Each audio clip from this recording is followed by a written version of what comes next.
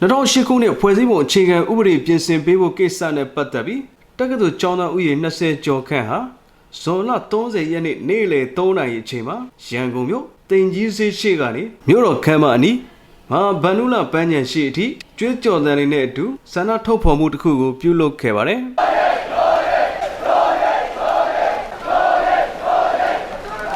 အဲ့လိုချီတက်ရလမ်းတစ်လျှောက်မှာတော့